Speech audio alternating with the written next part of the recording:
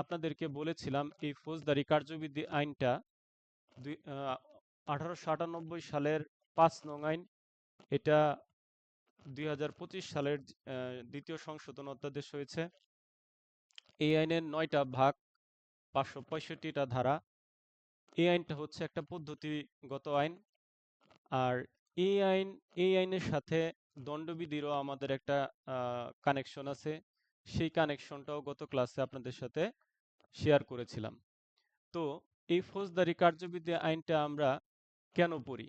এই ফৌজদারি কার্যবিধি আইনটা আমরা পড়ি হচ্ছে এই আইনে কি কি বিষয় উল্লেখ থাকে।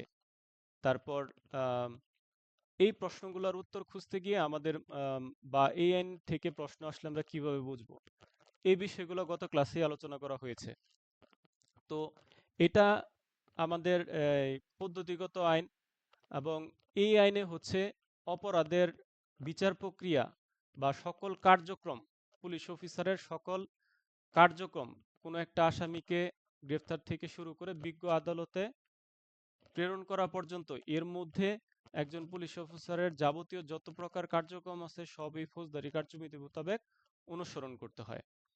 তো আর আমরা বলেছিলাম এই ফৌজদারি কার্যবিধির সাথে আমাদের মানে দণ্ডবিধির যে কানেকশনটা, দণ্ডবিধিতে কি কি বিষয় উল্লেখ থাকে? দণ্ডবিধিতে থাকে বিভিন্ন অপরাধের শাস্তি, বা ওই অপরাধের যে উপাদানগুলা, সেই অপরাধগুলা, এই সকল বিষয় অন্তর্ভুক্ত থাকে। এবং এই অপরাধগুলা কোন আদালতে বিচার হবে, এর কার্যক্রম কি, এই সম্পর্কিত বিষয় ফৌজদারি কার্যবিধিতে বর্ণনা থাকে।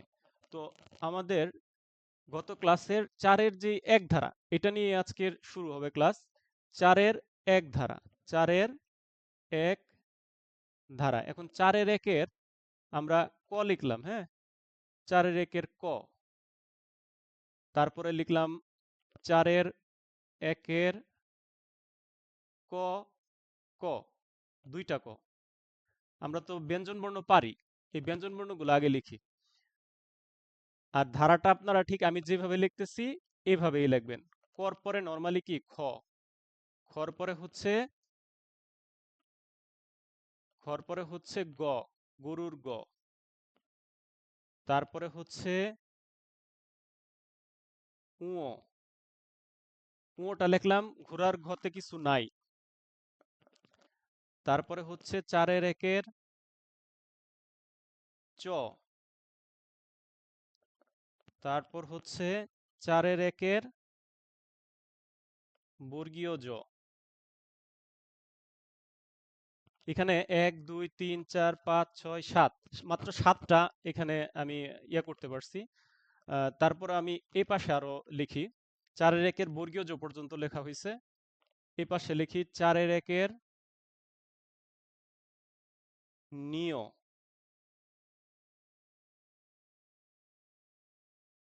4-এর 1-এর ট, 4-এর 1-এর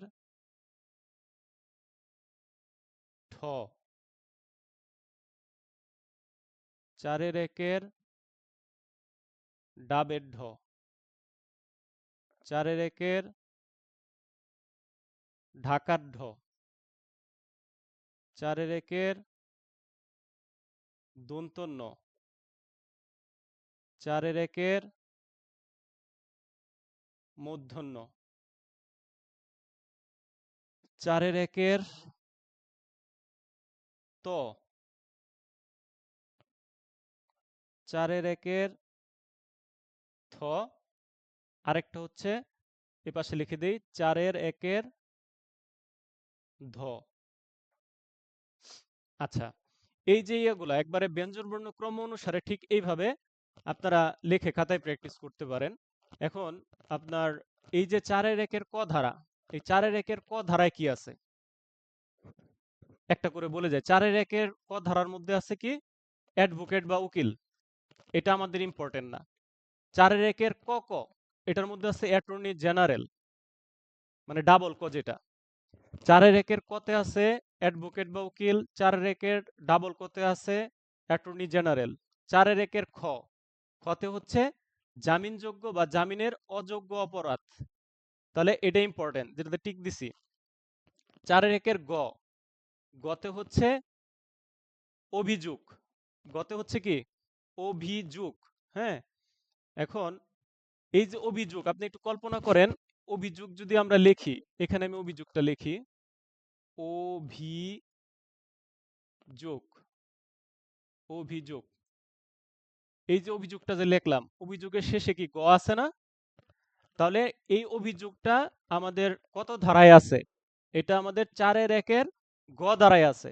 এখানেও গ আছে শেষে, এই অভিযোগের গতেও শেষে গ আছে। এটা মনে রাখার একটা ট্রিক্স।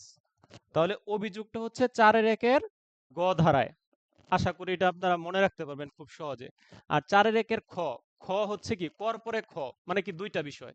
এই 4-এর 1-এর খতে দুইটা বিষয় আছে, জামিনযোগ্য এবং জামিনের অযোগ্য অপরাধ। এই দুইটা অপরাধই 4-এর 1-এর খতে আছে। এটাই কৌশলে মনে রাখতে পারেন। আর 4-এর 1-এর উ, এটা আমাদের ইম্পর্টেন্ট না, সরি, এটাতে টিক দিয়ে ফেলছি। এটা হচ্ছে রাষ্ট্রীয় করণিক। 4-এর 1-এর উতে হচ্ছে রাষ্ট্রীয় করণিক।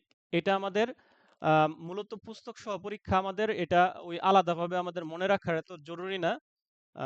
বা আমি যেগুলো টিক দিচ্ছি সেগুলো আলাদাভাবে মনে রাখা মাস্ট বি ম্যান্ডেটরি। এগুলো আলাদাভাবে মনে রাখলে পরীক্ষার হলে আপনার ব্রেনটা অনেক ফাস্ট কাজ করবে, আপনি খাতায় খুব দ্রুত উপস্থাপন করতে পারবেন। তাহলে 4-এর 1-এর উটা আমাদের জরুরি না। আমি যে 4-এর 1-এর খ এবং 4-এর 1-এর গ আপনাদের কৌশলটা বুঝিয়েছি, এটা বুঝতে পারছেন? টিক দিবেন বা মেসেজ অপশন আছে, ওইটা লেখার ওইখানে লিখবেন যে আমরা এটা বুঝতে পারছি, ওকে, বা লাইক দিলেন বা রেসপন্স করবেন। তাহলে আপনারা বুঝতে পারবো যে আপনারা আমার কথা বুঝতে পারতেছেন, বা মেসেজ দিবেন। তাহলে 4-এর 1-এর উ হচ্ছে রাষ্ট্রীয় করণিক। 4-এর 1-এর চ, এই চতে হচ্ছে ইম্পর্টেন্ট, চটা ইম্পর্টেন্ট। চতে আপনাদের মনে মানে একটা টেকনিক আছে। 4-এর 1-এর চতে হচ্ছে আমলযোগ্য অপরাধ। আমলযোগ্য অপরাধটা কিন্তু ছোট অপরাধ না, এটা বড় অপরাধ, মানে চরম অপরাধ। চতে কি চরম অপরাধ। তাহলে 4-এর 1-এর চতে হচ্ছে আমলযোগ্য অপরাধ, বা এই আমলযোগ্যর আরেকটা নাম হচ্ছে ধর্তব্য। ঠিক আছে, আমলযোগ্য মামলাও বলে। এই 4-এর 1-এর চতে যদি আমলযোগ্য মামলার সংজ্ঞা আসে, 4-এর 1-এর চতে দিব। আমলযোগ্য অপরাধের সংজ্ঞা আসলে 4-এর 1-এর চতে দিব।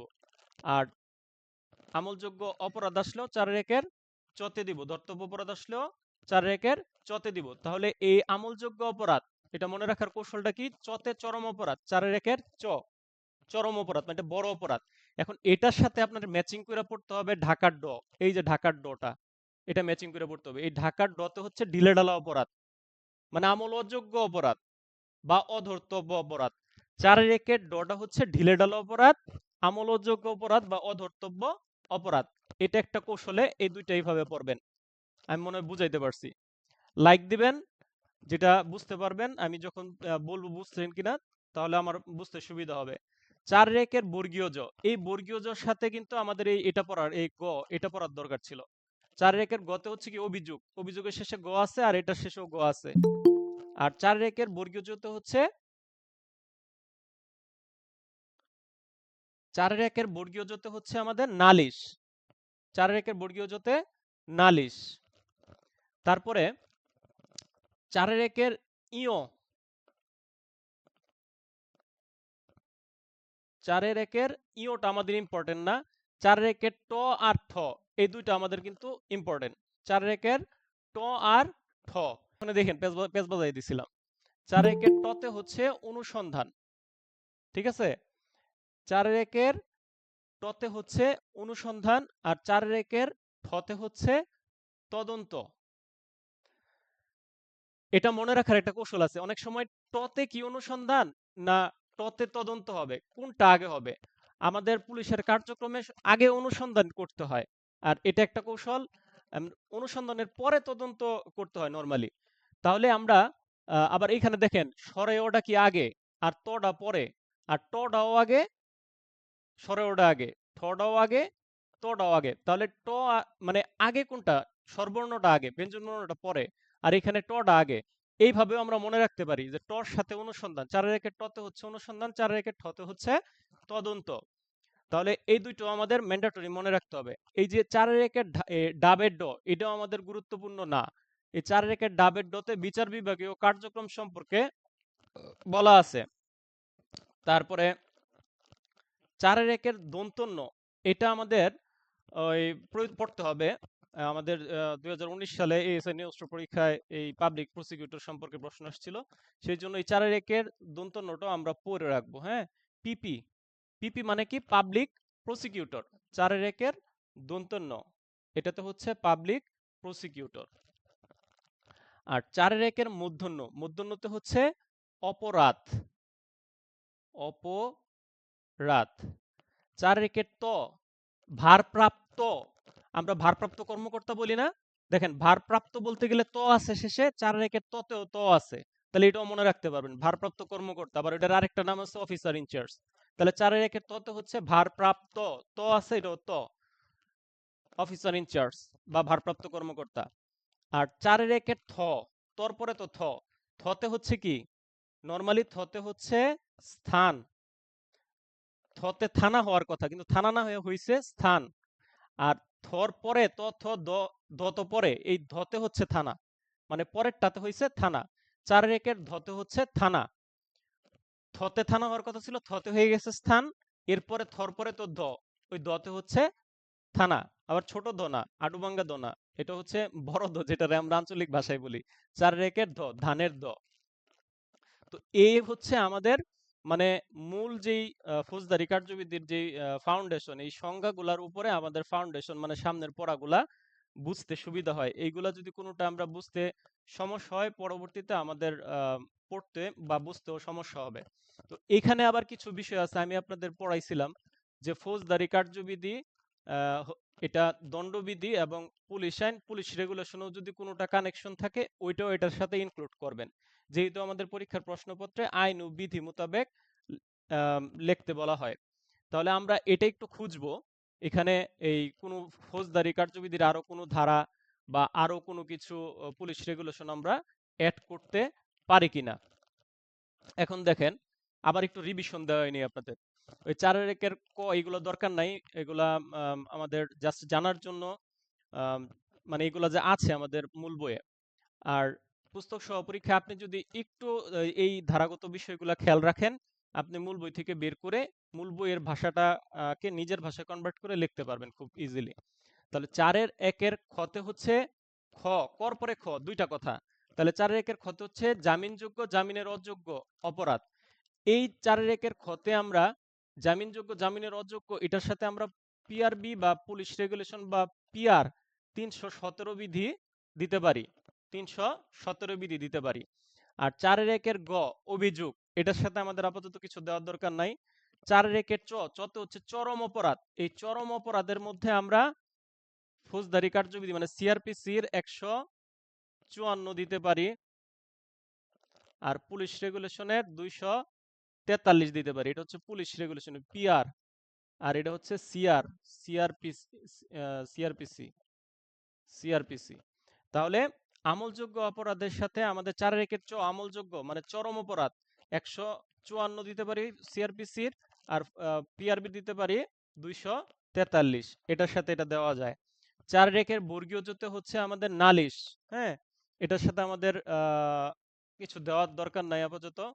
আমাদের 4-এর 1-এর ট, টতে আমরা অনুসন্ধান, অনুসন্ধান আমরা পিআরবি দিতে পারি 280, 613। তারপরে তদন্ত,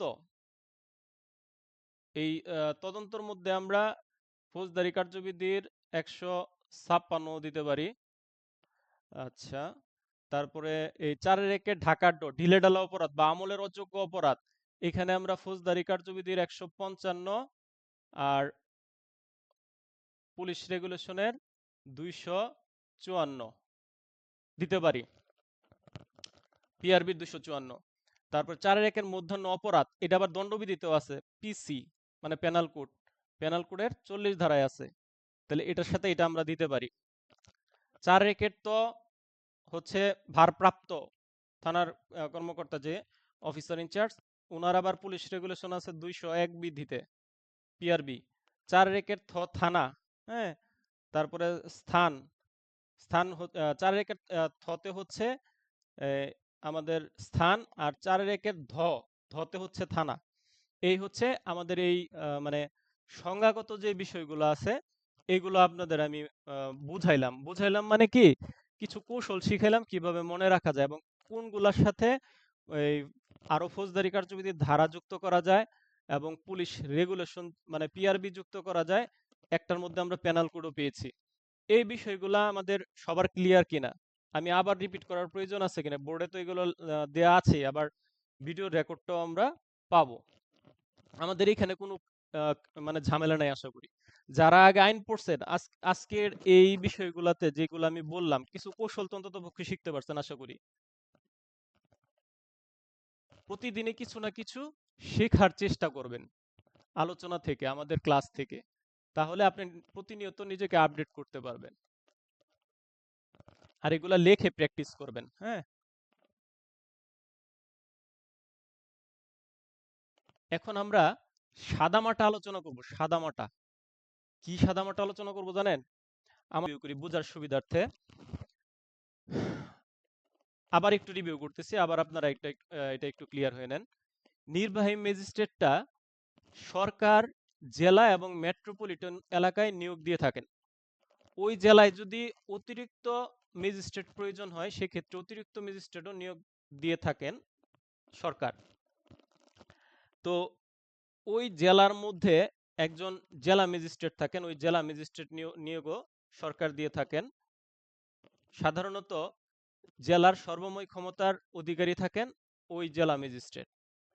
আর এই জেলা ম্যাজিস্ট্রেটের সাথে যে নির্বাহী ম্যাজিস্ট্রেটগণ থাকেন, এই নির্বাহী ম্যাজিস্ট্রেটগণের কোন এলাকায় কি দায়িত্ব পালন করবেন সেই দায়িত্ব বন্টন করে দেওয়ার ক্ষমতা উনি রাখেন। তবে আইন বলে নির্বাহী ম্যাজিস্ট্রেট কিন্তু জেলার সমগ্র জায়গায় তার ক্ষমতা প্রয়োগ করতে পারেন। যেহেতু উনি জেলার সিনিয়র, সেই হিসেবে তাদের দায়িত্ব কর্তব্যগুলো বন্টন করার ক্ষমতা রাখেন।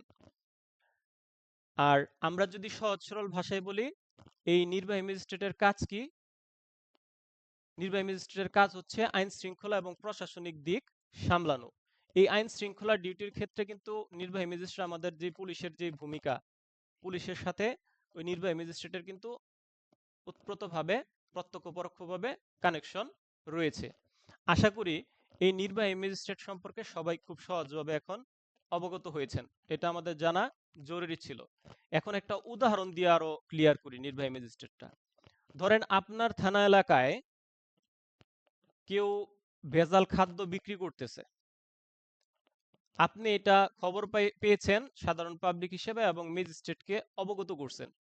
ওই ম্যাজিস্ট্রেট ঘটনাস্থলে গিয়ে কিন্তু তাৎক্ষণিক তার জরিমানা আরোপ করতে পারেন। এই জরিমানা আরোপের বিষয়টা এই ম্যাজিস্ট্রেটের ক্ষমতা আছেন ম্যাজিস্ট্রেটের।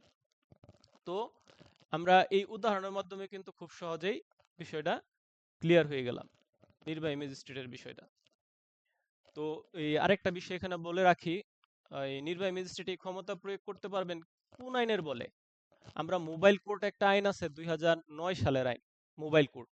এই মোবাইল কোর্ট আইন এবং ভোক্তা অধিকার সংরক্ষণ আইন, এই আইনের বলেও ম্যাজিস্ট্রেট এই ক্ষমতা প্রয়োগ করতে পারেন। এই ভোক্তা অধিকার সংরক্ষণ আইনও 2009 আছে, মোবাইল কোড আইনও 2009 আছে। অর্থাৎ আমরা যখন যে আইনটা পড়াবো সেই আইনের সাথে যেটার কানেকশন থাকবে সেটা আমরা উদাহরণ দিয়ে বাস্তবিকভাবে বুঝিয়ে দেওয়ার চেষ্টা করব। এখন এই নির্বাহী ম্যাজিস্ট্রেটের সাথে যে উদাহরণটা আসছিল আমাদের আলোচনার সুবিধার্থে, বোঝার সুবিধার্থে আমি আপনাদেরকে এটা ক্লিয়ার করে দিলাম। তাহলে নির্বাহী ম্যাজিস্ট্রেট সবার ক্লিয়ার হয়েছে কিনা আপনারা একটু মেসেজ করেন বা লাইক দেন বা যেটা করেন আপনি আমরা বোঝানোর চেষ্টা করেন, আমি একটু দেখি। আচ্ছা, নির্বাহী ম্যাজিস্ট্রেট একজনের ক্লিয়ার হয়েছে শুধু, বাকিদের কি অবস্থা? 2 জন। আর বাকিরা 3 জন।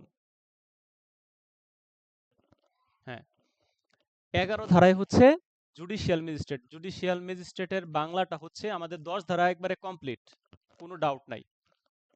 এই 10 ধারার মধ্যে আমরা যে যে বিষয় আলোচনা করছি, এখানে ওই মোবাইল কোড আইন 2009, মোবাইল কোড আইন 2009 এই নির্বাহী আলোচনা করতে গিয়া আলোচনা হয়েছে। আবার 2009 হচ্ছে ভোক্তা অধিকার সংরক্ষণ আইন।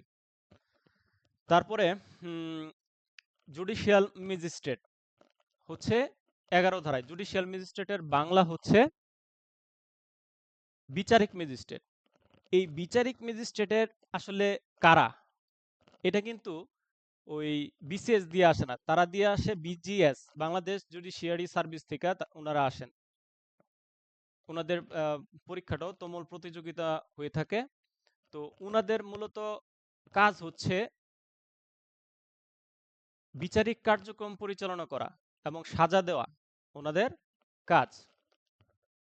তাহলে আমরা আরো সহজ ভাষায় বলতে গেলে ফৌজদারি যে মামলাগুলা হয়, অর্থাৎ চুরি, দস্যুতা, ডাকাতি, এই ধরনের মামলাগুলার ওনারা বিচার কার্যক্রম পরিচালনা করে থাকেন জুডিশিয়াল ম্যাজিস্ট্রেট। তো সহজ সরল ভাষায় বলতে গেলে নর্মাল যেই মামলাগুলা, ধরেন চুরি হয়েছে, একটা সাধারণ চুরি হয়েছে এলাকায়, ওই অল্প টাকার বিষয়, এক্ষেত্রে এই নর্মাল মামলার এই জুডিশিয়াল যেই ম্যাজিস্ট্রেট আছে উনি এটার সাজা দিতে পারেন বা বিচারিক কার্যক্রম পরিচালনা করতে পারেন। কিন্তু কঠিন যেই বিষয়গুলা, মানে অতিরিক্ত অপেক্ষাকৃত যে কঠিন মামলাগুলো আছে, সেই মামলাগুলোর ক্ষেত্রে কিন্তু অতিরিক্ত বিচারিক ম্যাজিস্ট্রেটের প্রয়োজন হয়। উনি যদি সমাধান না করতে পারেন, সেক্ষেত্রে মুখ্য বিচারিক যেই ম্যাজিস্ট্রেট আছেন ওনার কাছে স্থানান্তর করা হয়। তখন ওই অতিরিক্ত মুখ্য বিচারিক ম্যাজিস্ট্রেট সেটা বিচারিক কার্যক্রম পরিচালনা করেন। তাহলে আমাদের এই 11 ধারা জুডিশিয়াল ম্যাজিস্ট্রেট বা বিচারিক ম্যাজিস্ট্রেট, এখানে আমাদের যে বিষয়টা স্পষ্ট করছে সেটা হচ্ছে বিচারিক কার্যক্রম এবং সাজা দেওয়ার ক্ষমতা রাখেন এই জুডিশিয়াল ম্যাজিস্ট্রেটগণ। এবং এটার মধ্যে আমি আলোচনা করছি জুডিশিয়াল ম্যাজিস্ট্রেটগণ সাধারণ যেই মামলাগুলো আছে জুডিশিয়াল ম্যাজিস্ট্রেট সেটা সাজা দিতে পারেন, আর অপেক্ষাকৃত যেই কঠিন মামলাগুলো আছে সেটা অতিরিক্ত বিচারিক ম্যাজিস্ট্রেট, মানে মুখ্য বিচারিক ম্যাজিস্ট্রেট, আর এর চাইতে যদি আরো একটু কঠিনতম মামলা থাকে সেটা অতিরিক্ত মুখ্য বিচারিক ম্যাজিস্ট্রেট বিচারিক কার্যক্রম পরিচালনা করে থাকেন। তাহলে এই যে নির্বাহী ম্যাজিস্ট্রেট আর জুডিশিয়াল ম্যাজিস্ট্রেট, একবারে ক্লিয়ার ভাবে সবাই বুঝছেন কিনা? এরপরে আমরা 11 ধারা নিয়ে আলোচনা করব। আমাদের আলোচনা কিন্তু আরো বাকি আছে। আচ্ছা, এটাও আশা করি বোঝা গেছে। তাহলে 12 ধারা আমাদের হচ্ছে স্পেশাল ম্যাজিস্ট্রেট। স্পেশাল ম্যাজিস্ট্রেটটা মূলত কাকে বলে? স্পেশাল ম্যাজিস্ট্রেটটা হচ্ছে সরকার বাংলাদেশের যে কোনো স্থানে, যে কোনো জায়গায় যদি উনি মনে করেন যে এই স্থানের আইন শৃঙ্খলা পরিস্থিতি তারপরে স্বাভাবিক না, এখানে স্পেশাল ম্যাজিস্ট্রেট নিয়োগ করা প্রয়োজন, তখন সরকার কর্তৃক ক্ষমতাপ্রাপ্ত যে কোনো ব্যক্তি বা যে কোনো কর্মকর্তাকে সরকার নিয়োগ দিতে পারেন। এক্ষেত্রে আমাদের এএসপি থেকে আপওয়ার্ড পদমর্যাদার আইজিপি পর্যন্ত পুলিশ অফিসারগণকেও এই স্পেশাল ম্যাজিস্ট্রেটের ক্ষমতা সরকার ইচ্ছা করলে দিতে পারেন। এখানে আবার এই স্পেশাল ম্যাজিস্ট্রেট সম্পর্কে আমাদের ফৌজদারি কার্যবিধি আইনের 12 ধারার পাশাপাশি পুলিশ আইনের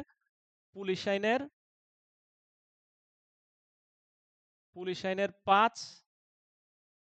ধারা এবং মানে পিআরবি 35-এর খ বিধিতেও এটা বলা আছে। এই প্রশ্নটা আসে, মাঝে মাঝেই আসে স্পেশাল ম্যাজিস্ট্রেটের বিষয়টা, এবং এগুলোও আসে। নির্বাহী ম্যাজিস্ট্রেট জুডিশিয়াল ম্যাজিস্ট্রেটের পার্থক্য আসে, সংজ্ঞা আসে, টিকা আসে, স্পেশাল ম্যাজিস্ট্রেটটাও আসে। তো এই আলোচনাটা আমাদের জন্য আজকে খুবই গুরুত্বপূর্ণ ছিল। আমার মনে হয় আমরা এই নির্বাহী magistrate, judicial magistrate, special magistrate সবাই ক্লিয়ারলি বুঝতে পেরেছি, তাই না? যখন ইঙ্গিতবাহী প্রশ্ন ছুড়ে দিব, তাই না, তখন আপনারা রেসপন্স করবেন। কিভাবে রেসপন্স করবেন জানি না, মেসেজ দিয়া করেন, আঙ্গুল দিয়া করেন, যে যেভাবে পারেন করবেন।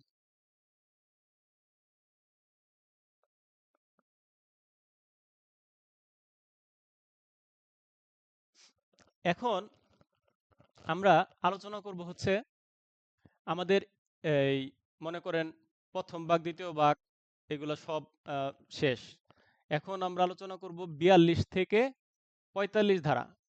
ওখান থেকে আমাদের যে প্রশ্নগুলো আসে সেই প্রশ্নগুলোর আলোচনা আমাদের শেষ।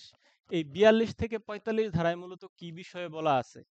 এখানে বলা আছে পুলিশ অফিসার, ম্যাজিস্ট্রেট এবং সরকার কর্তৃক ক্ষমতাপ্রাপ্ত ব্যক্তিদের ব্যক্তিদেরকে তথ্য প্রদান এবং সাহায্য করার সম্পর্কে এখানে বলা আছে, মানে সাহায্য করবেন। তাহলে কি ম্যাজিস্ট্রেট, তারপর হচ্ছে পুলিশ অফিসার এবং সরকার কর্তৃক ক্ষমতাপ্রাপ্ত যাদেরকে গ্রেফতার করার ক্ষমতা দেওয়া হয়েছে বা ওয়ারেন্ট তামিল করার ক্ষমতা দেওয়া হয়েছে, তাদেরকে সাহায্য করবেন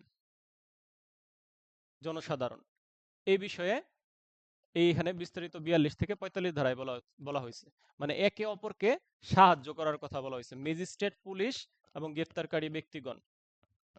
তাহলে এই 42 ধারা লক্ষ্য করেন, 42 ধারা, এই 42 ধারায় 42-এর শেষে 2 আছে, এখানে দুইটা কথা, ক এবং 42-এর ক আছে, 42-এর খ আছে। এটা আমরা কিভাবে লিখি? 42-এর ক আমরা লিখি 42-এর খ, কেউ কেউ 42-এর ক, 42-এর খ এইভাবেও লেখে, সমস্যা নাই, দুইভাবে আমার মনে হয় দিলে সমস্যা নেই, তবে 42-এর ক 42-এর খ আমি এইভাবে দিই। তো এই 42 ধারায় কি বলা হয়েছে? ধারা মূলত আমাদের 42-এর ক এবং 42-এর খ, এই দুইটা বিষয় নিয়ে আলোচনা করা হয়েছে। 42 ধারা মূল আলোচনা হচ্ছে 42-এর ক এবং 42-এর খ ধারা। 42-এর আপনার বোর্ডে আমি ক্লিয়ার করে দিই লিখে, তাহলে রিভিউ হয়ে যাবে। নর্মালি 42 থেকে 45 ধারায় আমাদের আলোচনা করা হয়েছে পুলিশ অফিসার, ম্যাজিস্ট্রেট ও গ্রেফতারকারী ব্যক্তিগণকে সাহায্য ও তথ্য প্রদান। আমরা 42 ধারার আলোচনা করছি। এই 42 ধারায় 42-এর ক ধারায় বলা হয়েছে গ্রেফতার, গ্রেফতার বা পলায়ন, অর্থাৎ যদি কোনো আসামিকে গ্রেফতার করার ক্ষেত্রে বা উক্ত আসামির পলায়ন প্রতিরোধ করার ক্ষেত্রে জনসাধারণের নিকট সাহায্য চাওয়া হয়, সেক্ষেত্রে এই 42-এর ক ধারা মোতাবেক জনসাধারণ উক্ত পুলিশ অফিসার বা ম্যাজিস্ট্রেটকে সাহায্য করতে বাধ্য, বা সরকার কর্তৃক ক্ষমতাপ্রাপ্ত যে দায়িত্বপ্রাপ্ত ব্যক্তি থাকবে, কর্মকর্তা থাকবে, তাকে সাহায্য করতে বাধ্য। 42-এর ক। 42-এর খ ধারা,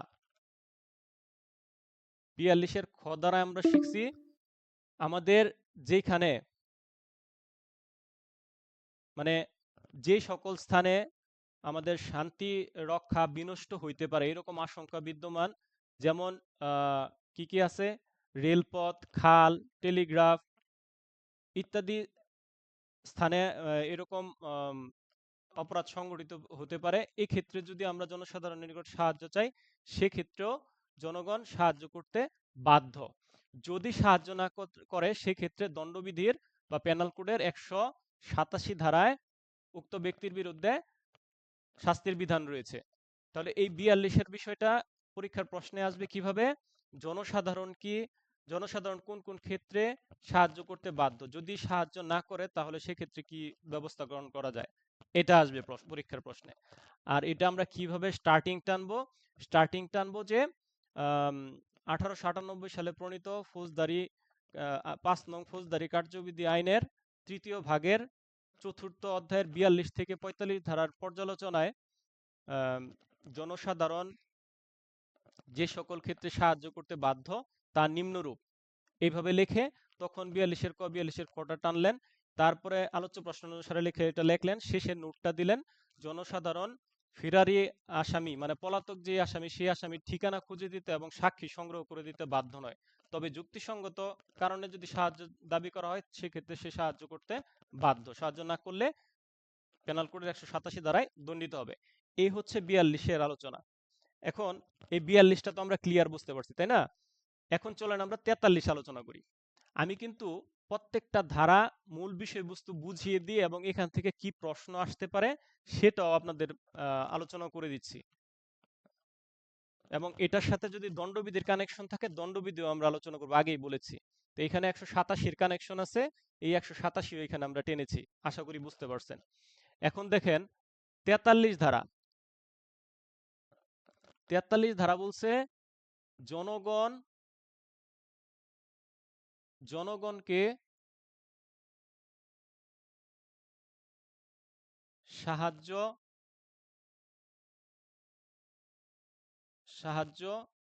করবে। জনগণকে সাহায্য করার কথা বলা হয়েছে। এই 43 ধারা থেকে আপনার কি ধরনের প্রশ্ন সেট আপ হইতে পারে এটা আমাদের জানার দরকার আছে না? অর্থাৎ জনগণকে সাহায্য করবে। এখান থেকে প্রশ্ন আসে, পুলিশ অফিসার ব্যতীত জনসাধারণকে সাহায্য করতে বাধ্য? তখন আমরা বলবো যে 1898 সালে প্রণীত ফৌজদারি কার্যবিধি আইনের 3য় ভাগের আমাদের এই 4র্থ অধ্যায়ের 43 ধারা পর্যালোচনায় দেখা যায় জনসাধারণকে অবশ্যই সাহায্য করবে।